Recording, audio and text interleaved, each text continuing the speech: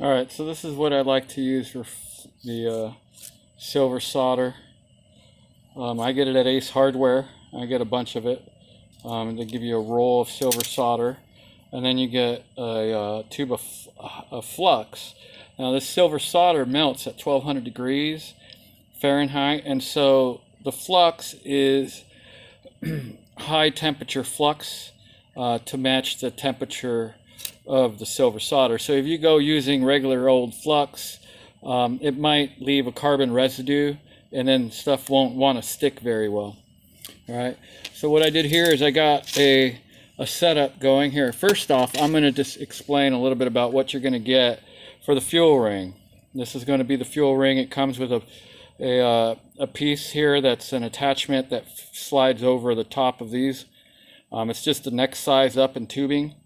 And what you're going to do is when you make it to match the fuel ring, you want all your you want to drill the holes, insert the vapor tubes into the fuel ring, all 12 of, or excuse me, 10 of them on the JM50. You can get away with 8, and in fact, I kind of recommend doing 8 because that puts a little less fuel. People tend to run the engines too rich.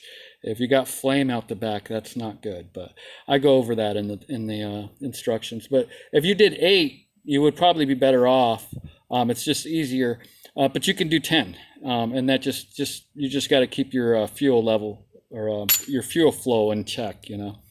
But what you'll do is you're going to have your fuel ring made, and it's going to have all the vapor tubes inside it. And so when you go to drill your 8 or 10 injectors, you want to make sure that they're directly in front of the fuel, the vapor tube, so that when you put it together, the ring will sit directly around the basket, okay? And it won't interfere with the shell. For example, I've got an old shell right here. Let me grab it. See, the back of the shell has a curve to it. So on the inside, if your ring's too big, it'll hit that curve, and then it kind of prevents the nozzle guide vanes from going on and all that.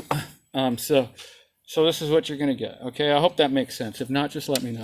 And so what I did is I mocked up, because I'm not sure where my holes... I've got this for another basket I'm going to be making here in a minute.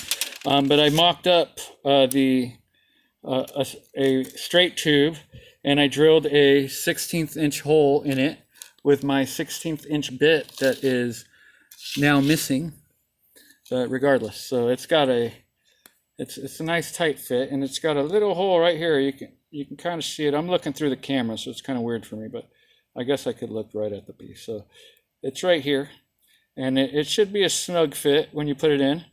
Oh yeah, one thing I haven't done to this is, because I haven't had a chance to really mess with it. Here, hold on one second.